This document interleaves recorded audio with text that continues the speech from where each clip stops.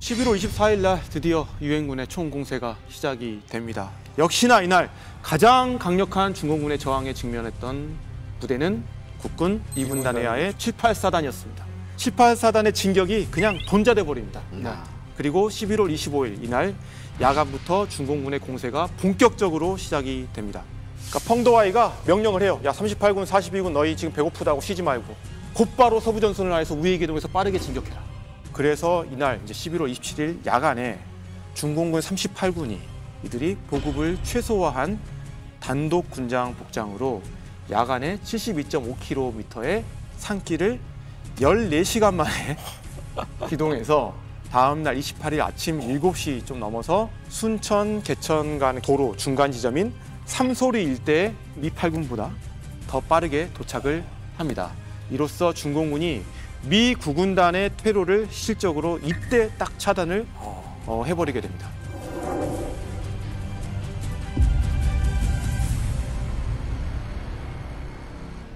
우리의 전쟁이기에 감정을 1도 담지 않겠다라는 말은 못하겠습니다. 하지만 역사와 전쟁을 최대한 객관적으로 다루기 위해 노력을 하고 있습니다.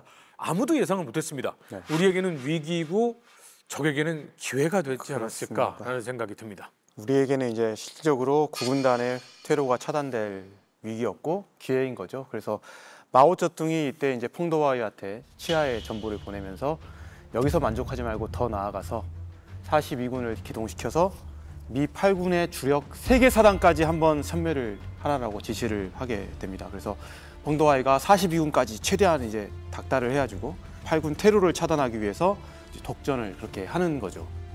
펑도와이가 이 38군의 돌파에 엄청나게 감격했다고 해요. 네. 그래서 막 38군 만세 하면서 전공을 취하니까 그래서 이때부터는 38군의 별명이 만세군이라는 별명이 있었어요. 호랑이에서 쥐새끼가 됐다가 만세군이 됐군요. 네. 사실 뭐 저 같아도 배울 게 있다고 하지 않습니까? 네. 여기서 통신장비가 진짜 열악하잖아요. 그렇죠. 실시간 이게 거의 힘들다고 보면 돼요. 네. 그러니까 대대급 이하는 없어요, 통신장비가. 그럼에도 불구하고 예하 부대들한테 목표를 되게 간명하게 내려주고 방법은 일이 많은 스타일로. 그러니까 어떻게 보면 임무형 지휘인 거잖아요. 그래서 그럼으로써 부대들의 어떤 한 곳을 공격하기 위한 상호 동시성을 추구했다. 이를 통해서 이제 8군의 포위 섬멸을 노렸던 것 같습니다. 네. 그래서 지금 같은 상황은 이제는 국군 2군단은 완전히 붕괴해버렸고 중공군의 이제 포위 시도에 8군도 심각한 위기에 봉착했었고 아직까지 이 사실은 모르고 있었습니다. 네. 그리고 아까 이제 워커의 조치에서 와온 일대로 즉 미 9군단의 이 측방 일대로 여기를 보호하기 위해서 보냈던 티르키예 여단 기억나시죠? 네. 티르키예 여단이 여기서 좀 싸웁니다. 그래서 중공군 38군의 공격에 고전하면서도 어쨌든 여기서 29일까지 계속 버텨내면서 나중에 이제 미 9군단이 철수할 수 있는 시간을 좀 벌어주거든요. 그래도 임무를 거의 마지막 임무를 완수를 했다고 봐야 되겠네요. 네, 이제 뭐 평가가 여러 가지 있긴 하지만 네. 어쨌든 그런 역할을 했고 여기서 터키군이 병력의 80%를 잃습니다. 사실 여기서 엄청나게 많은 피해를 입으면서 나름 그 목표를 좀 달성했다라고 좀 볼 수 있을 것 같아요. 사실은 한 30%만 손실을 입더라도 괴멸적 타격이라는 표현을 쓰는데 그럼 이러면 후폭풍도 상당했을 것 같은데요.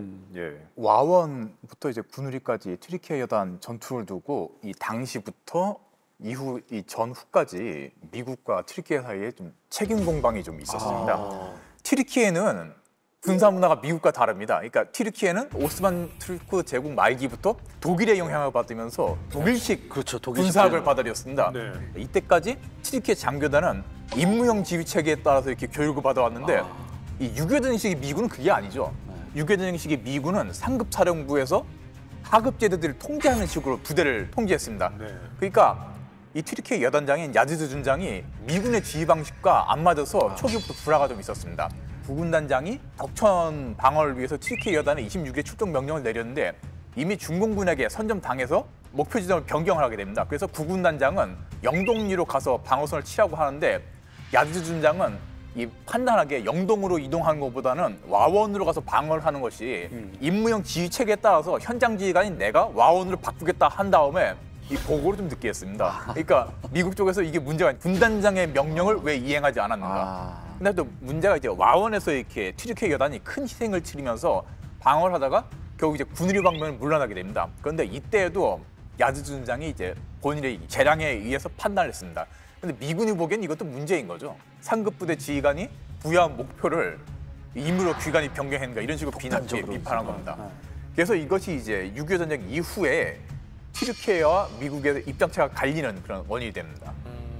근데 지금 튀르키예 부대의 역할은 측방 보호죠. 그러니까 막 보호입니다. 우측방 보호를 하기 위해 지금 간 거잖아요. 그렇습니다. 그리고 현장 지휘관은 우측방 보호를 위해서는 여기가 맞아라고 해서 일단 큰 희생을 치렀지만 우측방 보호를 어느 정도를 해낸 거잖아요. 네. 근데 미군이 보기엔 안 한다고 아닌 것 같아요. 보는 미군이 보기에는 야즈드 준장이 독단적으로 판단을 한 것이 오히려 전황의 악화에 일조했다고 미군은 이렇게 비난을 하는 것입니다. 미군의 연구소에서도 어떤 네. 데서는 터키군이 훌륭하게 임무를 수행했다라고 보는 부분이 있는 반면 어떤 부분에서는 지 멋대로 해서 사실상 많은 피해를 초래했다라고 결국은 보는 부대가 와야 되는 이유가 네, 그거예요. 이런 표현이 있긴 한데 좀 이해할 필요가 있는 네. 게 터키군은 영어나 한국어 둘 다 안 됩니다. 네. 그러니까 협조할 수 있는 방법도 별로 없고 미군 측에서 터키군에 대해서 중국군에 대해서 정보를 정확하게 준 것도 아니고 사실 이런 뭐 협조도 안 해줬어요. 그러니까 사실 터키 입장에서는 너 저기 막아라고 했는데 뭐 정확한 이런 것도 없이 그러니까 원래 네. 임무를 덕천으로 갔는데 덕천은 그렇죠. 이미 네. 중공군에 의해서 넘어갔었죠. 점령을 당했잖아요. 네네. 그러면 그 이후에 명령 하다를 못 받은 상황인 거잖아요.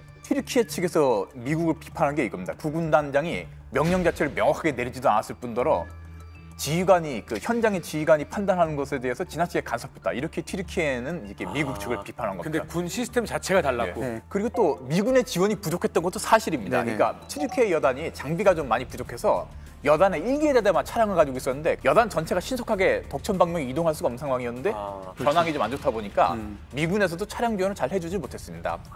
그리고 또 와원에서 방어를 할 때도 미군이 이제 이보병 사단에서 원래 1개 대대를 좀 지원을 해줬는데 이걸 또 미군 쪽에서 임의로 처수를 시키죠. 그러니까 튀르키예 측에서는 이것도 좀 미국 측의 실책이라고 보는 겁니다. 그래서 현재까지도 이 양측이 좀 이런 책임 소재를 두고 약간 미묘하게 갈리는 부분이 있습니다. 그러니까 뭐 안 좋을 땐 다 손발이 안 맞아. 그렇죠. 근데 이제 터키군에 대해서 좀 재밌는 일화가 하나 있는데 제가 미국에 있을 때 사실 저한테 있어서는 할아버지 같은 분이 계셨습니다. 필릭스 모스라고 이제 인류학 하시는 분입니다. 근데 이분이 어렸을 때부터 이제 독일에 계속 살다가 마샬 플랜에서 미국으로 와서 미군에서 파일럿이 됐어요. 공군 파일럿이. 그래서 이 사람이 모스키토를 몰고 작전을 많이 했었는데 공군으로서 이분이 주로 배속받아서 지원했던 부대들이 터키 부대였어요. 네, 그래서 본인은 독일어가 되니까 이 야지지 준장하고 독일어로 계속 대화를 했대요. 이뿐만 아니라 나중에 이제 유엔군이 반격하거나 이런 거 할 때 보면은 터키군이 뭔가 이 통제를 잘 안 따라요. 그러면서 미군과 이 터키군, 특히 터키군과 미군 사이에 분명히 불화가 있었구나. 특히 터키군 입장에서는 이해할 수 없는 방식의 미군이 네. 또 싸움을 할 수 있었겠구나라는 그런 생각도 많이 들었습니다. 그러니까 상호 간에 문화의 원래 차이죠. 가지고 있는 문화의 차이도 있고 언어의 차이도 있고 군사적인 방법도 다르고 전술 교류의 차이도 언어도 있었죠. 다르고 서로 생각하는 상대방 군에 대한 신뢰도도 많이 떨어졌고 그렇죠. 이런 여러 가지가 맞지 않는 상황에 네. 주요한 임무를 또 가지고 있었는데 네네. 이런 여러 가지가 문제를 만들었군요. 네. 이런 갈등이 촉발될 정도로 전황은 심각하게 안 좋았습니다. 이거 그냥 이렇게 심각하다고 얘기할 수는 없습니다. 지금 대책 마련이 하거든요. 뭐 이럴 때는 뭔가 긴급 회의를 통해서 타개책을 마련해야 되는 거 아닙니까? 네, 그래서 11월 28일에 긴급회의가 열리는데 열린 장소가 도쿄였습니다. 메가도가 도쿄의 있는 메가더 사령부인데 문제는 한국에 있는 사령관들을 소집했습니다. 지금 당장 도쿄로 호출해서 이 바쁜 전투 와중에 비행기를 타고 날아왔습니다. 지금 1분 1초가 급한 와중인데. 네, 그래서 워커 장군과 알몬드 등이 도쿄로 소집이 돼서 당연히 메가더로서는 엄청난 혼란 상황이었죠. 야, 도대체 불과 2, 3일 전까지만 해도 그렇게 승승장구하고 있다고 난 보고를 받았는데 갑자기 이게 무슨 청천벽력 같은 이야기냐. 도대체 어떻게 된 거냐. 본인도 답답했을 거예요. 네. 그러니까 그 바쁜 지휘관들을 불러들였겠죠. 그렇죠. 또 메가더 입장에서는 지금 서부전선뿐만 아니라 네. 동부에서도 안 좋다라는 걸 또 보고 받았기 때문에 네. 이건 진짜 심상치 않은 상황이 된 그래서 거죠. 지금 상황에 대한 명확한 이 그림을 그리기 위해서 지휘관들을 다 불렀는데 여기서 과연 지금까지 받아온 정보는 무엇이며 도대체 지금 현실이 무엇인지에 대한 답변이 있습니다. 분명히 7만이라고 했잖아. 근데 워커 너 왜 갑자기 20만이 나타났다고 하는 거야? 근거가 뭐야? 이거 도대체 여기저기서 전선이 뚫리고 밀리고 있는데 이게 도대체 왜 한국군은 이렇게 밀리고 있는 거야? 등등등 해서 이런 여러 가지 의문에 대해서 그냥 심야 철야 회의가 벌어집니다. 회의가 시작한 게 밤 9시 50분이었어요. 그냥 비행기에 도착하자마자 즉시 와갖고 계속 얘기를 갖다가 이어갔는데 이 자리에 어떤 이야기가 오갔는지를 쭉 보면은 이 후세사무로서 진짜 답답함이 느껴집니다. 이 역시 책상머리에서 참모들은 야 이게 지금 이쪽이 이렇게 뚫리고 있는데 여기 뭐야 동해안 쪽에 보면은 특히 미 제3보병사단이 원산 쪽에서 예비되어 있었거든요. 지금 여기 제3보병사단이 있는 애들 빨리 이쪽으로 낭림300 넘어서 보내갖고 이걸로 틀어먹으면 되는 거 아니야? 막 하는데 현장 지휘관들은 선은 그어져 있지. 근데 이게 갈 수 있는 길인 줄 알아? 길이 없어요. 이건 길이 없는 거나 마찬가지야. 못 가. 그거 넘어갈 때쯤이면 서울까지 내려오겠네. 그렇겠죠. 그 와중에도 10군 단장 알몬드는 역시 메가더에 조금이라도 잘 보이기 위해서 네 장군님 장군님 우려하시는데요 이 3, 4단 보내겠습니다 막 이런 식으로 불가능한 얘기를 하고 있고 아몬드는 처음에는 공세를 주장했습니다. 워커는 첫수가 불가피하다. 청천강선으로 가야 된다라고 이야기했지만 아몬드는 공세를 처음에 이야기했었죠. 제8군의 상황이 훨씬 더 심각했기 때문에 아몬드는 수습 가능한 수준이라고 보고 있었고 워커는 한 대 진짜 세게 얻어맞은 상황이어서 빨리 지금 뭔가 퇴각을 해서 수습하지 않으면 지금 전선 무너지게 생겼어. 이런 식으로 뭐 현장 지휘관의 반응도 극단적이고 참모들은 상황을 파악 못하고 이 뻘소리나 해대고 있으니 결론이 제대로 안 나는 겁니다. 그나마 한 가지 확실한 거는 크리스마스 공세는 물 건너갔다. 그렇죠. 좌절된다고. 이거는 더 이상 할 수 없는 수준이다. 몇만 명인지 정확히 파악은 안 되지만은 전방의 중공군이 어마어마한 숫자이고 이미 전선의 한 축이 무너졌으니까 공세로 가는 거는 불가능하고 수세로 전환한다. 빨리 이제 병력들 남쪽으로 물리고 그다음에 이제 어떻게 어느 전선을 세워서 수습할 건지는 일단은 불부터 끄고 좀 더 다시 논의해보자. 그러고 빨리 가서 수습, 해산. 그러니까 결론이 그거예요. 8군은 청천강 변까지 철수하고 차후 행동을 준비해라는 애매모호한 결론을 내렸는데 여기서 이제 메가더의 행동을 조금 볼 필요가 있는 게 이 긴급 회의를 하기 전에 오후 한 4시쯤에 합참으로 전문을 보냈습니다. 이제 전적으로 완전히 새로운 전쟁이다. 이때부터 새로운 전쟁이라는 용어가 등장을 합니다. 그전에는 그런 위기가 아니었어요. 근데 진짜 이제 위기다라는 걸 스스로 인정했는데 여기서 더욱 큰 문제는 뭐냐면 이제 나의 통제를 벗어났다는 이야기를 해요. 전문에. 그러면 둘 중 하나예요. 너희가 알아서요. 전면적으로 지원을 해주고 전략을 수정해서 중국과의 완전 확전을 하든지 아니면 이제 논리가 나는 그냥 다 포기하고 갈 수밖에 없다. 그러니까 어떻게 보면은 워커 입장이든 아몬드 입장이든 전략의 부재 상태에서 뭘 할 수밖에 없는 상황이 돼버린 겁니다. 그럼 전적으로 이제는 워커의 능력이 달려 있는 거고 답답한 속에서 이제 뭐 작전을 할 수밖에 없는 상황이 돼버린 거죠. 합참과 미 정부가 가장 우려했던 것이 확전이었잖아요. 예, 그렇죠. 근데 이미 지금 안개 속에 있지만 중공이 전격적으로 참전했다라는 것이 지금 보이고 있는 거죠. 보인 게 아니라 확실시 돼버렸죠. 메가더도 인정할 만큼 상황이 악화된 거죠. 약간 이해가 안 가는 게 뉴워라는 얘기도 나왔고 그다음에 뭐 이제 내 통제에서 벗어났다는 얘기도 했는데 그러면서 왜 한국에 있는 주요 지휘관들을 불러들이나요? 결국 현장 지휘관이 제일 중요하잖아요. 거기서 위치 판단을 해야 되고 실시간에 지금 전황이 바뀌고 있으니까. 현장에서 가장 결정적인 지휘를 내려야 될 현장 최고 사령관을 갖다가 저희가 공포 영화를 보면 아비규환인 상태의 안개 속에서 막 비명 소리가 들려옵니다. 그때 아닐 거야. 좀비가 창궐한 건 아닐 거야. 라고 얘기를 하지만 결국은 불러서 진짜 봤어? 진짜 좀비야? 그냥 좀비가 아니라 사람 숫자보다 좀비가 많은 것 같습니다. 라는 얘기를 직접 듣고 그때서야 보고를 올리죠. 진짜입니다. 자, 그 상태를 확인했습니다. 이제 새로운 전쟁입니다. 이 와중에 이 보고를 듣고 있는 와중에도 서부전선, 전 전선에서는 사실은 급박하게 사태가 돌아가고 있습니다. 현재 상황 어떻습니까?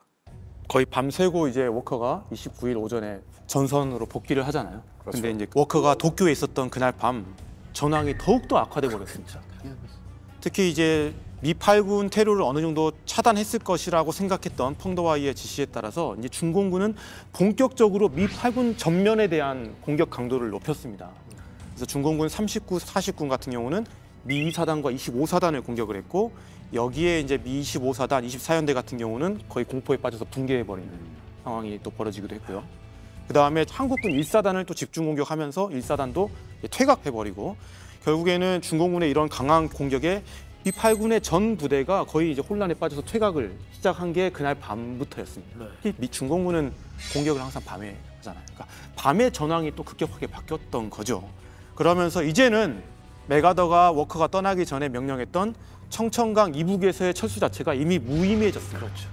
그리고 사실상 왜냐하면 여기 방어 자체가 어려워졌기 때문에 그리고 왜냐하면 또 이 시기에 이미 미 8군 일부 부대들이 청천강 이남으로 다 퇴각하고 있었어요. 결국 사령부에 도착하자마자 워커는 바로 청천강 이북에서의 방어를 포기하고 미 8군 전체에게 청천강 선에서의 전면적인 철수를 지시를 하게 됩니다. 이제는 미 8군이 뭘 해야 되냐면 철수를 하게 되는 거잖아요. 그런데 이제 역시 아쉬운 부분은 이런 명령은 이미 28일 전에 했었어야 됐어요. 그렇죠. 어떤 면에서는 워커의 대응이 되게 늦었던 거예요. 그런데 이게 또 한편으로는 워커의 실책이라기보다는 그 중요한 순간에 판단할 수 없게끔 도쿄에 불러 제꼈던 그 부분이 아쉬울 수밖에 없다라는 이야기를 조금 드리고 싶습니다. 그리고 물론 그렇지만 네. 이 현재 이 상황 자체도 네. 전체적으로 중공군이 어떻게 움직이는지 얼마나 빠른지 파악 자체가 안 되고 있는 상황이죠. 이게 되게 중요한 게 뭐냐면 미 8군이나 아니면 유엔군 사령부의 예상과 계획을 훨씬 더 뛰어넘었던 중공군의 그 빠른 판단과 행동이 사실 이런 결과를 만들어낸 것 같아요. 결국에는 미국의 행동을 늦게 할 수밖에 없게끔 오히려 중공군이 빠르게 행동함으로써 이런 결과를 만들어냈다라고 보는 게 어떨까 싶습니다. 그러니까 전체적으로 적을 깎아내린다고 해서 우리가 나아지는 게 아닙니다. 그러니까 있는 그대로 정확하게 봐야죠. 판단하고 객관적으로 살펴봐야 되는데 이때 당시에 중공군의 전략과 전술과 행동 능력은 엄청나다라고 인정할 수밖에 없겠네요. 네. 그래서 결국에는 이제 워커의 철수 명령이 떨어졌고요. 왼쪽에 있는 서쪽에 있는 1군단 같은 경우는 박천, 그다음에 안주, 그다음에 순천의 철수로를 이용을 하게 됐고 9군단 같은 경우는 사실 9군단은 이제 병력이 남은 게 2사단이잖아요. 25사단 1군단 쪽으로 보냈고 그다음에 잔여 병력들 이제 좀 들어와 있는데 개천에서 이제 그 군우리 일대가 또 개천입니다. 거기서부터 순천으로 이어지는 철수로를 이용을 하는데 특이한 부분은 역시나 미군 같은 경우는 중공군이나 우리 국군과는 달리 무조건 행군할 때 도로를 이용해야 된다. 그래서 철수로 자체도 넓은 도로가 필요했다는 부분을 조금 기억을 해두시면 좋을 것 같습니다. 근데 여기서 워커 같은 경우는 청천강에서부터의 철수를 군단장한테 또 일임을 합니다. 이것도 잘한 부분이라고 생각해요. 그래서 그 어떤 워커의 지시에 부합하게 1군단 같은 경우는 다수의 차량을 이용해가지고 빠른 기동력을 활용해서 신속하게 철수를 했습니다. 그리고 이제 우측방의 25사단 같은 경우도 조금 피해는 있었지만 무사히 철수하는 데 성공했어요. 근데 이게 가능했던 거는 역시 27일 날 워커가 내렸던 일련의 조치가 있었기 때문에 가능했다라고 판단할 수 있을 것 같아요. 왜냐하면 25사단이 9군단에서 1군단으로 왔기 때문에 그 루트를 이용할 수 있었고 1기병 사단이 신창리 부근에서 중공군 42군의 선두부대였던 126사단의 공격을 저지했습니다. 자, 이 말은 뭐냐면 아까 38군 113사단처럼 그 삼소리 일대를 빼앗긴 게 아니라 퇴각을 완전히 저지하려고 했던 중공군의 기도를 완전히 막았다. 그럼으로써 중공군은 어떻게 보면 미 8군 전체 미군 3개 사단 선멸 자체에는 실패를 일대 하게 됐다라고 평가를 할 수 있는 거죠. 다만 문제는 미 9군단인데 특히 미 9군단에서도 철수 엄호부대로서 아직까지도 29일 시점에 개천에 남아있었던 미 2사단이었습니다. 미 2사단 같은 경우는 먼저 38년대, 2연대, 그다음에 23년대 순으로 철수를 하게 되는데요. 사실 철수할 때 제일 어려운 게 마지막 남은 엄호부대입니다. 네, 맞아요. 여기서의 문제는 뭐냐면 어떤 통로를 활용할까의 문제입니다. 아까 이제 1군단은 서쪽에 있는 길, 그다음에 9군단은 동쪽에 있는 길을 이용하기로 했었잖아요. 근데 안주에서 내려가는 길보다는 역시나 조금 매복이 의심되긴 하지만 일로 가겠다 뭐 이렇게 결심을 하게 돼요. 그래도 9군단 내에서 미 2사단은 최강의 부대 아니겠습니까? 네, 그렇죠. 근데 이제 일단 여기서 왜 이 길로 갔는지부터 먼저 좀 말씀을 드리도록 하겠습니다. 자, 첫 번째 이유는 우회로를 통해서 분명히 저기 미 1군단이 철수했던 길로 갈 수 있습니다. 해안 쪽으로 쫙 내려가서 네. 네. 안주 크게 도는 길이죠. 저기는 안전해요. 왜냐면 네. 저기를 일군단이 거의 다 완전하게 가고 그렇죠. 있거든요. 예, 예. 그 중공군이 설마 저기까지 올 수 없잖아. 지금 이미 막혔고. 근데도 불구하고 저기로 못 간 이유는 저기 자체도 이미 지금 교통 혼잡이 엄청나게 있을 거라고 생각하고 여기 이 사단까지 가면은 더욱더 재밍 현상이 더 발생할 것이다라는 어떤 그런 부분이 있었고 또 하나는 중공군이 그래 여기 일대를 막고 있을 것 같긴 한데 얘네들 또 엄청 멀리 달려왔기 때문에 방어 병력이 많지 않을 것이고 아무래도 방어 중심 자체도 얕지 않을까라는 어떤 기대감도 있었고요. 그다음에 실제로 미군도 먼저 위력 수색을 했어요. 전차 부대를 보내서 한번 훑어봅니다. 그런데 괜찮았거든요. 보고가 들어왔어요. 전혀 문제 없습니다. 물론 중공군의 일부러 공격을 안 했던 겁니다. 그리고 또 하나의 조치가 있었어요. 영영방 27여단이 밑에서부터 위로 올라와서 어느 정도 확보를 해주겠다, 연계작전 해주겠다라는 그런 계산도 있었고요. 그 다음에 역시 방금 이 기자님께서 이야기했던 미 사단은 자신감이 있습니다. 왜냐하면 뭐 최강의 부대이기도 하고 미국이 자랑하는 화력과 기동력으로 충분히 뚫어낼 수 있을 거라는 판단이 있어서 이 길을 선택해서 뚫어내겠다라고 네. 이제 가게 되는 거죠. 그러니까 사실은 지금껏 딱히 전면전을 하지 않았기 때문에 병력의 손실도 없고 그다음에 가장 강력한 화력을 자랑하는 부대이기도 하고 네, 그러니까 매복이 없다라고는 하지만 있더라도 뚫을 수 있다라는 자신감이 있다라는 맞습니다. 것. 근데 찜찜해. 표정에 모르는 걸 슬픈 말해주고 예감은 틀린 적이 네, 없다라는 맞습니다. 왜 이 가사가 정말 틀렸으면 좋겠다라는 생각인데 네. 매복이 있었습니까? 분우리에서 순천으로 이어지는 이 좁은 통로에는 이미 중공군이 다 차단하고 있었습니다. 중공군은 어때? 딱 미군이 오기만을 기다리고 있었던 거예요. 좁은 통로에서 매복하면서. 근데 보병들이잖아요. 미군은 역시나 전차 부대를 앞세우면서 주간에 갑니다. 네. 그러면 중공군도 사실 여기서는 뭘 감수할 수밖에 없어요? 피해를. 피해를 감수하고 어찌됐든 미군을 설멸시키려는 의지하에 또 공격을 하게 네. 됩니다. 이제 그런 과정 중에 미군이 엄청나게 큰 타격을 입고 7천여 명의 사상자가 나요. 그런데 항공 지원도 있고 포병 지원도 있었기 때문에 전멸은 나갔다라는 거예요. 그리고 중공군도 상당히 많은 피해를 보긴 합니다. 그런데 어찌됐든 여기서 미 사단이 중공군에게 인디언 태형을 당했다고 해요. 그만큼 많은 피해를 입었다는 거죠. 이건 뭐냐면 인디언 밥 있잖아요. 이게 이제 인디언들이 형벌할 때 하는 전통적인 그런 그거잖아요. 이렇게 이거 하는 네. 거예요. 매질하는 거잖아요. 근데 그거를 당하면서 어마어마한 피해를 냈다라는 거죠. 물론 전멸은 면했지만 그래도 7천여 명에 달하는 사상자를 내며 큰 타격을 입었다. 사단 병력에서 7천이면 전멸을 면했다고 말하기도 조금 애매할 수도 있겠네요. 뭐 그렇죠. 근데 이제 전멸을 면했던 이유 중 가장 큰 거는 사단 최후미에서 철수를 엄호하기로 했던 23년대 프리먼 대령이 지휘하는 부대인데 자기 판단에는 여기가 아무래도 사지다. 완전히 사지다. 차단됐다. 그럼 차라리 나는 1군단 루트로 가겠다라고 해서 우회로를 이용해서 손실 없이 철수를 해요. 근데 물론 여기에 대해서 사단의 철수를 끝까지 엄호하지 못했다라는 또 비판도 따라다니고 이 비판을 결국 본인이 나중에 이제 극복을 하게 됩니다. 어쨌든 이 미 2사단의 피해는 중공군 2차 공세, 이 서부 지역에서 한국군 2군단 그리고 튀르키예 여단과 함께 가장 큰 피해 중에 하나였던 거죠. 근데 사실 뭐 이건 흔히들 정말 많이 하는 얘기 중에 하나인데 네. 미군의 한 명의 희생과 중공군 한 명의 희생은 그 차이가 값어치가 정말 많이 다르다 뭐 이런 얘기를 하잖아요. 네. 근데 물론 지금 7천여 명의 사상자가 났다. 네. 근데 중공군도 어마어마한 희생자가 났을 거예요. 네. 근데, 그걸 잘 밝혀지지 않았지만 엄청난 피해를 감수했습니다. 사실. 근데 중공군은 우리가 10,000명 희생 났어? 아니 상관없어. 미군이 7천 명 사상자가 난 게 중요한 거야. 네. 지금 이러고 들어왔을 거란 말이죠. 네. 그리고 이제 이 철수가 사실 철수가라는 거는 조직적으로 뭔가 제대 단위를 건재 단위를 유지하면서 가야 되는 거잖아요. 이게 굉장히 힘들잖아요. 철수가 가장 힘들죠. 근데 한 번 미군이 여기서 딱 밀려나면서부터 이제는 정말 중공군의 공격에 벗어나기 위한 속도전, 즉 조직적인 철수가 아니라 퇴각에 가까운 형태가 돼버린 겁니다. 그러니까 병력들 자체가 이제는 중공군에 대해서 공포와 공황에 빠져가지고 사지를 벗어나. 그냥 진짜 이제 정신없이 막 도망가는 거예요. 특히 워커 같은 경우도 중공군의 어떤 측방 위협이나 테러 차단에 정말 예민하게 반응을 했기 때문에 어떻게든 중공군에게 포위당하지 않도록 그냥 도망치면서 결국에는 미 8군이 12월 2일 날 평양까지 와버립니다. 평양을 탈환했던 게 우리가 10월 19일이었는데 한 달 반 만에 다시 평양으로 돌아오고 만 것이죠. 너무 안타깝습니다. 이 부분이 저는.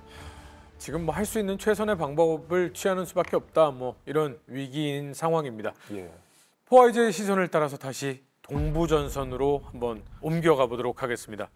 중공군의 1차 공세 이후에도 미 해병대를 필두로 10군단은 계속 진격 중이었었죠. 위치를 한번 살펴보도록 하겠습니다. 네, 서부전선에서는 청천강전선 일대에서 미군은 크리스마스 공세를 준비하고 중공군은 미군이 먼저 들어오길 딱 기다리면서 2차 전역을 준비하고 있었는데요.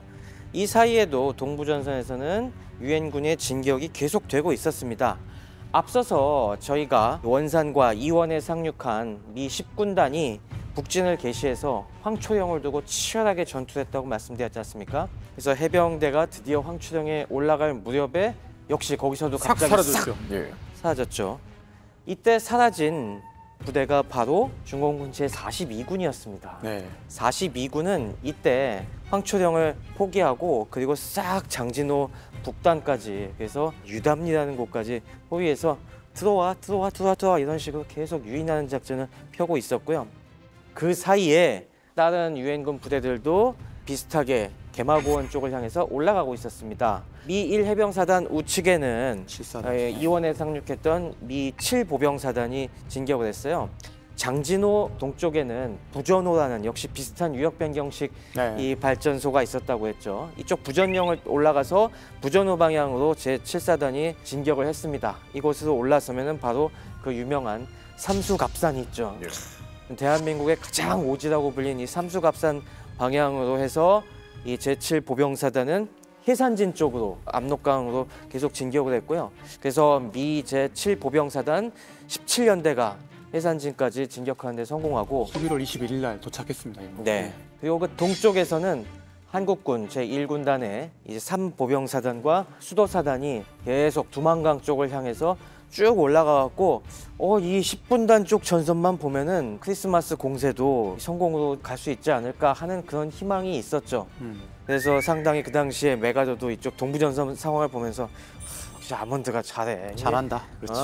워커는 뭐야 하고 그래서 아까 그 크리스마스 공세에서 자꾸 워커에 불만을 가졌던 게 이게 너무 비교가 됐기 때문입니다. 하지만 이거는 어디까지나 중공군의 페이크였죠. 네. 물론 뭐 중공군의 한계도 있었습니다. 중공군은 사실 이 동부전선 쪽에 대해서는 많은 방어 병력을 할당하지 못했어요. 그래서 원래는 이쪽에서 어떻게든 전선이 좀 안정화되길 바랬지만은 상당히 유엔군이 공세적으로 나오기 때문에 그 다음 제2진으로 투입하려고 했던 새로운 증원 부대를 보내기 시작합니다. 네. 바로 그것이 숭수룬의 구병단이었죠. 그리고 그 결전장으로 택한 곳이 바로 장진호였죠. 장진호는 저희가 좀 앞으로 계속 당분간 볼 것이기 때문에 황초령에서부터 장진호 방향의 지형을 잠깐 살펴볼 필요가 있는데요. 황초령 자체도 이미 해발 1000m 이상의 굉장한 고지였지만은 이제 이곳을 넘어선 개마고원은 1000m에서 1500m 정도의 험산 줄령이 쫙 펼쳐져 있고 그 사이에 장진강이 있었는데 이게 유역 변경을 위해서 댐을 앞에 막아버리면서 그 중간에 커다란 호수 장진호가 만들어진 상황이었습니다. 그래서 이 황초령을 넘어서게 되면은 그 다음에 도착하게 되는 곳이 고토리라는 곳이 있었고요. 여기서 조금 더 진격을 하면은 그 장진호의 끝단에 다다르게 되는데 하가루리. 그곳에 있는 이 마을이 하갈우리였습니다. 여기서 이제 양쪽으로 가고 네, 있습니다. 이 하갈우리에서 장진호를 만나서 길이 양쪽으로 갈라지죠. 하지만 이 길이라는 게 굉장히 좁은 비포장도로였어요. 그 당시에는 거의 한 1.5차선 정도 되신다고 보면 됩니다. 그냥 뭐 우마차 가는 길이죠. 네, 뭐 그 정비가 안 된 그런 상태의 도로가 이제 이 호수 사이로 양쪽으로 갈라져서 역시 산길로 계속 이어져서요. 그래서 여기서 동쪽으로 쭉 올라가면은 중간에 신흥리라는 곳까지 가게 되고 그리고 서쪽으로 쭉 가다 보면은 유담리라는 곳까지 가게 됩니다. 그래서 유담리에서 더 북쪽으로 올라가면은 장진읍이 나오게 되는 것이죠. 이것도 딱 상황을 뭔가 좀 삼국지 많이 읽어봤을 만한 사람들이 보면은 이거 심상치 않은데 라는 지형이 계속 펼쳐지는 거죠. 근데요, 아까 삼수갑산 얘기 나왔지만 네. 남쪽에는 무진장이라고 있잖아요. 네. 무주, 진안, 장수. 네. 전쟁이 나도 그쪽은 사실은 평안해요.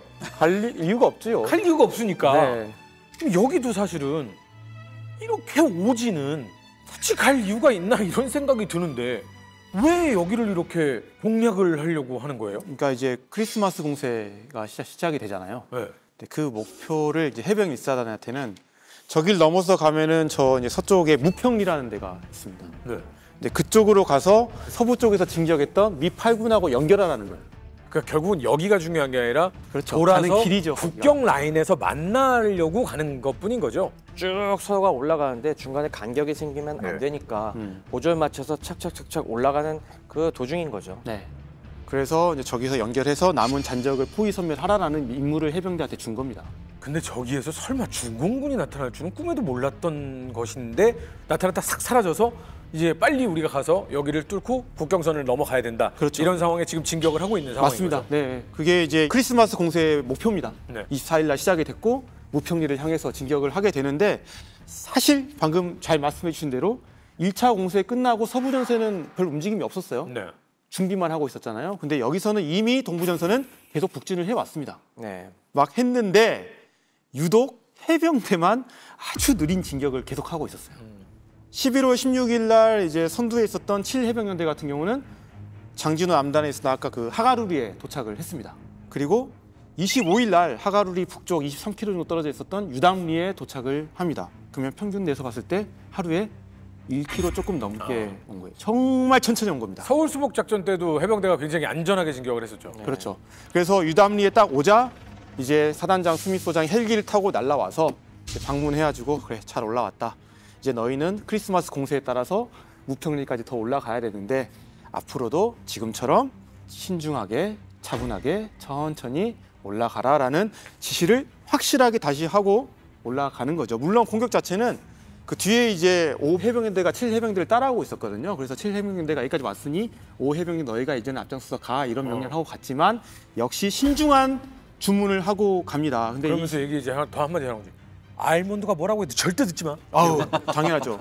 이 스미스의 조건이 딱 세 가지가 있었어요. 하나는 병참선을 철저하게 수비해라. 하나는 거점을 만들어 놓고 보급품을 충분히 비축을 해라. 그리고 하가루리에는 간이 비행장을 만들어 놓는다. 그러니까 이 말은 뭐냐면 결국 아몬드가 방금 말씀하셨던 대로 재촉하고 하잖아요. 공공연한 명령 위반을 계속 하면서 올라가는 거죠. 그래서 유독 해병대만 천천히 올라가고 있는 그런 상황입니다. 알몬드가 봤을 때는 해병대는 진격 작전을 하는 게 아니라 심시티를 하고 있네.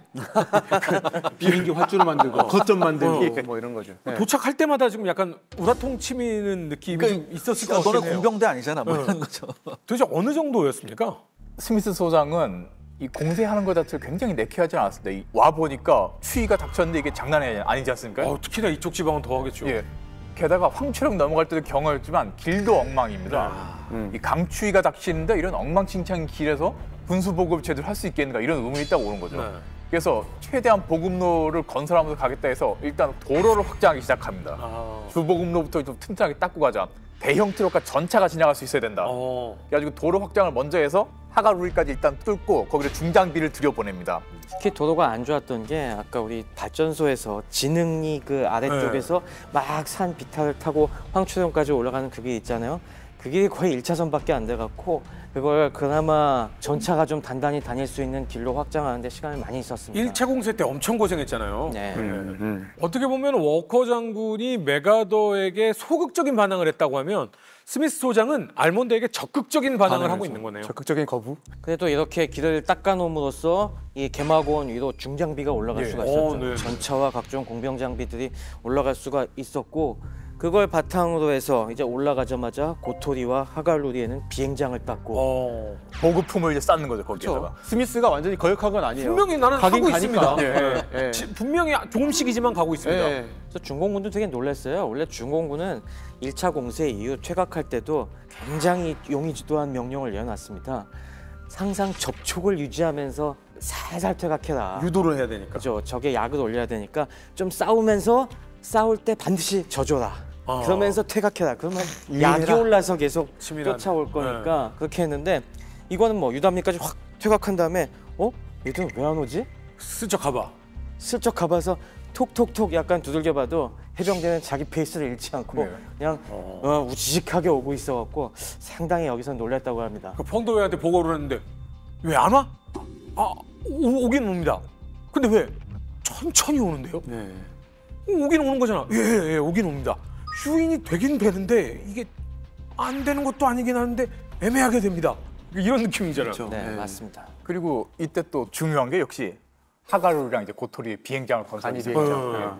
스미스 선생이 와 보니까 아 좋네 여기다 비행장을 만들자 해서 바로 이제 그 길이 딱 끼자마자 보저들이 올라와가지고 깎고 활주로를 만들기 시작합니다. 이거는 보급을 위해서요. 그렇죠. 아. 보급과 유사시에 이제 또 항공 부상자 후송도 필요하니까. 아예 여기에는 예. 그냥 본진을 설치하는 거네요. 그래서 여기에다가 이제 트럭 통제소 같은 걸 두고 보급품도 와. 집적소를 만들고 굉장히 철저하게 준비를 합니다. 네. 자, 이들이 맞닥뜨리게 될 적은 중공군 제9병단이었습니다. 9병단은 어떤 부대입니까? 이 구병단은 중공의 이제 4대 야전군 중에서 제3야전군 소속의 부대입니다. 이 부대는 이제 원래는 타이완 침공을 위해 준비하고 있다가 마오쩌둥이 6.25 전쟁 참전을 결심하면서 이제 13병단에 이어서 두 번째 제대로 이렇게 출발을 하게 된 부대죠. 아, 그럼 따뜻한 남쪽 나라에 있다 온 거네요. 그렇습니다. 원래는 이제 타이난도 예, 쪽이니까. 따뜻한 데서 있다가 갑자기 혹한에 이제 한반도로 오게 된 거죠. 진짜. 구병단의 특징이 중공군의 각 군은 3개 사단으로 편성이 되지 않습니까? 네. 근데 이 구병단은 특별히 각 군에 1개 사단씩을 더해가지고 4개 사단으로 증강한 강화된 부대였습니다. 각 군이 강화된 거죠. 그렇죠. 각 군이 강화돼서 12개 사단이 있는 거죠, 총. 여기는 그러면 군단이 우리 하나 군편제로 외운 걸로 하면은 헷갈리게 되네요. 네. 그렇죠. 안 맞아요. 그러니까 좀 특이하긴 하네요. 하나 군을 만들 법도 한데 예. 그냥 군에 그냥 사단을 하나씩 밀어준 거 아니에요? 그리고 이 보충받은 병력들이 되게 그 국민당 출신 병력들입니다. 그러니까 항복한 부대들이 예. 많아서. 네. 중공에서 군 편제 개편하면서 군축을 하는데 이 군축을 할 때 일단 목표가 역시 좀 약간 정치적으로 찝찝한 국민당에서 이제 투항한 부대들을 먼저 해체를 합니다. 근데 해체하면서 이제 남는 병력들을 구병단의 증원 병력으로 넣는 거죠. 아하. 그래서 구병단이 그 사단 숫자도 늘었고 사단당 병력이 약간씩 보충이 된 상태였습니다. 이런 그 국민당 출신 병사들로. 정치적으로 조금 찜찜한 부대이기 때문에 이거를 따로 편제하면은 또 마음이 안 좋으니까. 그래서 이걸 흩어놓는 거죠. 흩어져서 흩어가지고 조금씩. 보충병으로 집어넣는 거죠. 이해했습니다. 그리고 또 구병단이 좀 급하게 출동하다 보니까 겨울에서 작전할 대비가 거의 안 돼 있었습니다. 그래서 방한부도 충분하지 못했고 장갑, 신발. 장갑과 신발이 진짜 부족했습니다. 그래서 이후에 비전투 손실이 크게 증가하는 원인이 되죠, 이게. 그러니까 손발의 동상 때문에 아예 전투도 못 해보고 뭐 그냥. 어떻게 코트 같은 건 구했는데 손발은 어떻게 보호할 도리가 없는 겁니다. 이렇게 스미스 도장이 이끄는 미 해병대는 철저한 준비를 하면서 지금 진격을 하고 있고요. 배속받은 구병단은 이렇게 준비도 잘 안 되고 네. 약간은 문제가 있는 상태로 지금 급하게 들어왔습니다. 이게 지난번 황초령과 다 연결지어서 보셔야 될 것이 황초령 쪽으로 개마고원 쪽으로 이 미 10군단이 생각보다 빠르게 올라오니까 그때는 제42군 원래는 서부에서 활동해야 될 그렇죠. 군의 일부를 동원해서 겨우 황초령에서 지연작전을 수행했는데 여길 그냥 냅두면은 그냥 다 뚫려버릴 게 분명하니까 급히 후방에서 원래는 한 2달쯤 동계 준비하고 넘어갈 구병단을 급히 빨리 보내라는 지시를 하게 된 거죠. 그래서 아무런 방한 대책도 없이 그냥 주섬주섬 예. 가지고 있는 거 다 긁어 모아서 넘어가게 된 거죠. 그러다 보니까 이 동부로 파견이 돼야 되니 이제까지 얘기했던 신의주라든가 지안이라든가 만포 같은 쪽이 아니라 저 압록강의 꼭지점 거기에는 유명한 중강진이라는 곳이 중강진. 대한민국에서 가장 추운 곳 중강진 쪽으로 해서 병력이 넘어가게 됩니다. 중국에서 가장 따뜻한 데에서 출발해서 대한민국에서 가장 추운 데에 내린 거네요. 맞습니다. 자, 그렇다면 이 구병단을 이끄는 지휘관은 어떤 인물입니까? 이 구병단의 사령은 숭스른도 상당히 재미있는 인물입니다. 이 사람도 린비아오처럼 황푸군교 출신인데 린비아오보다는 좀 후배죠. 그러니까 린비아오가 4기인데 숭스른은 5기입니다. 저희가 통상 송시륜이라고 많이 했어요. 예, 맞습니다. 네, 네. 이 숭스른도 좀 초기에 공산당에 가입했는데 대신 이 사람은 국민당에서 이제 상하이 쿠데타를 일으켰을 때 체포돼가지고 잠깐 투옥됐다가 나중에 좀 혐의가 좀 경미하다 싶어가지고 풀려납니다. 숭스른이 석방된 다음에 농민 게릴라 조직에서 활동하면서 이제 공산당 주력에 합류할 기회를 좀 노렸습니다. 그러다 마오쩌둥이 또 동양 사람이라고 되게 좋아했다고 합니다. 예. 저도 동양 사람 굉장히 좋아하는 것 같아요. 지연을 되게 좋아하잖아요. 그런데 좋은 건 여기까지고 합류한 다음에 문제가 생깁니다. 그러니까 보니까 캐 보니까 너 국민당 놈들한테 잡혔었구나. 이거 혹시 너 거기서 포섭된 거 아니냐? 의심받아가지고 결국 당적을 잃게 됩니다. 당적을 잃게 되는데 이걸 만회한 게 이제 장정에 따라가면서 그때 충실하게 끝까지 장정을 함께하고 충성심 입증하면서 결국 이제 당적을 회복하게 됩니다. 결국은 동양에 장정을 해야 뭔가가 되는군요. 숭수룬이 제 구병단 사령관에 임명되는데 중요한 계기가 있습니다. 1948년 말에 이른바 그 회해 전역에서 국민당군 주력을 격파하는 큰 전투가 있었는데 이때 숭수룬이 일개 군단급 부대를 지휘하면서 국민당군 주력 부대에 증원 오는 거를 차단하면서 큰功을 세웠습니다. 이때 전공으로 이제 49년에 제 구병단 사령원으로 이제 진급을 하게 되는 거죠. 내전 당시에 큰 공을 세워서 내전 당시에 구병단에- 지휘력을 굉장히 인정을 받았습니다. 그리고 그 다음에 제 구병단을 이끌면서 이 사람이 활약한 게 바로 그 장강도화입니다.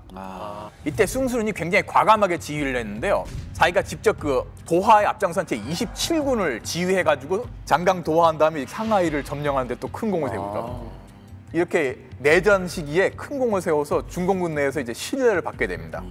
지금 이 숭수룬이 굉장히 저돌적이고 과감한 면이 네, 있죠. 과감한 면이 예. 있잖아요. 그러면 구병단에게 떨어진 명령은 10군단 섬멸이 그러면 주요 목표입니까? 그러니까 펑더와이가 구병단에 내린 임무가 황초령을 차단해서 네. 누구를 미 해병 1사단을 포위 섬멸하라요. 그러니까 이게 굉장히 상징적인 거잖아요. 미 1해병 사단을 그렇죠. 포위해서 섬멸하라요. 그러니까 현실적으로 예. 구군병단의 능력상으로는 이 10군단 전체를 선멸하기는 어렵다. 네. 어떻게든 해병대를 제대로 경멸하면은 또 나머지 또 테러 차단도 할 수 있거든요. 잘하면. 그러니까 지금 이 상황에서 보면은 서부전선의 8군단처럼 네. 지금 이쪽 동부전선에서는 해병 1사단을 이 장진호 뒤쪽에 황초령길을 뒤쪽으로 막아가지고 섬멸하면 동부전선의 큰 축을 무너뜨린 거다. 그렇죠. 네. 그러니까 이거죠. 가장 강한 상대 하나를 제압하면 나머지는 자연스럽게 온다 이런 생각을 했었어요.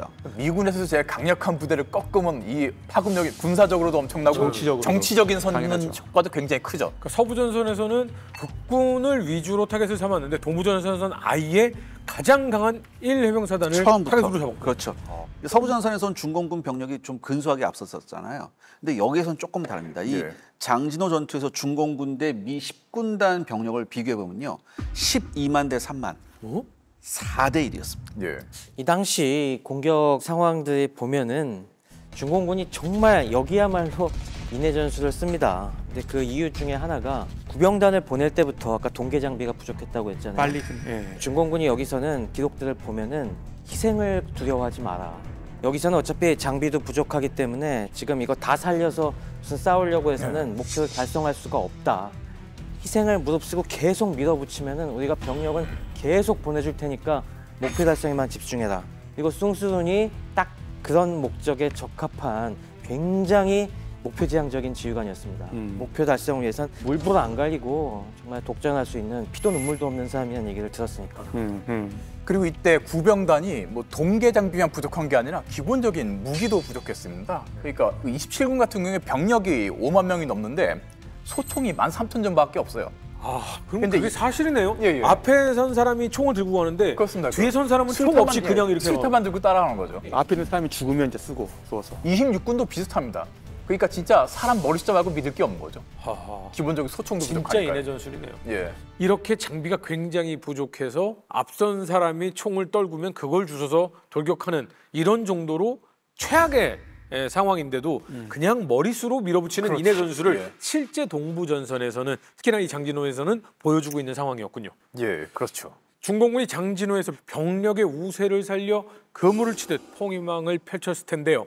1950년 11월 27일 그날로 가보도록 하겠습니다. 미 해병 1사단 같은 경우는 이 루트를 따라 쭉 올라가고 있습니다. 그래서 선두부대 5연대, 7연대 같은 경우는 유담리에 지금 네. 도착을 해 있던 상황이고 지금 하가루리에는 지금 한 개 대대가 또 배치가 되어 있고요. 비행장 건설하고 있죠. 하고 있는. 네. 그 다음에 저기 밑에 고토리에도 또 1년대, 미대가 1대대 약간 있었죠. 예, 이렇게 배치되어 있는. 그러니까 어떻게 보면 해병대는 올라가고 있지만 병력이 거점별로 분산되어 있다라고 네. 좀 이해를 하시면 될 것 같고 오른쪽에 그러니까 장진호 오른쪽에 있는 병력은 주로 이제 미 7사단 31연대 병력인데 여기에 또 32연대 일대대 병력도 들어와 있긴 해요. 그래서 저 병력 같은 경우는 동쪽의 일대에서 이제 진격하려고 이런 과정 중에 있다라고 좀 이해를 하시면 될 것 같습니다. 저렇게 배치되어 있는 부대를 노리고서 이 장진호 전체 동서쪽으로 중공군의 2개 군이 몰래 이 산악 지역으로 배치가 돼 있었던 것이죠. 그렇죠. 먹잇감을 기다리면서 이제 노리고 있는 그런 상황인 겁니다. 그물망은 그림으로 충분히 설명이 가능할 것 같습니다. 엄청나네요. 네, 한 곳을 노리는 게 아니라 사실 거의 진격하고 있는 해병대를 어떻게든 섬멸하겠다는 생각으로 동시다발적으로 각계격파 혹은 그물망을 어때요? 여러 겹? 전형적인 중국의 포위망. 그렇죠. 전형적인 여러 곳을 지금 다 차단해서 어떻게든 해병대를 잡겠다라는 그들의 의지가 이 지도만 봐도 너무나 잘 보이는 것 같습니다. 스미스 사단장이 사단 사령부를 항아리로 옮깁니다. 이 말은 뭐냐면 자기가 장진호 전투의 한복판으로 뛰어들겠다라는 이야기인 거고 저는 사실 이 부분이 정말 미사람 멋지다. 자, 어떻게 보면 위기가 초래됐잖아요. 대단한 이걸 자기가 어떻게든 책임지겠다라는 지휘관으로서의 자세를 너무 잘 보여주는 것 같아요. 11월 27일 27일입니다. 기습이 시작됐습니다. 네, 이날 날씨가 영하 25도였다고. 밤에는 영하 40도까지 떨어졌다고 하는데 이 추위 속에서 해병대가 진격을 시작합니다. 장진호 개마고원 일대 추위를 과학적으로 한번 풀어볼까 합니다. 제 박사님. 세계 지도를 보면은 굉장히 미스테리합니다. 제가 보여드릴 거는 구름이 되는 모습을 제가 한번 보여드리겠습니다. 이게 뭐 궁금하네요. 이야, 이제 신이 되려는 거야? 이거 갖다 놓고 뭐가 생겨요. 대박. 띄워지죠.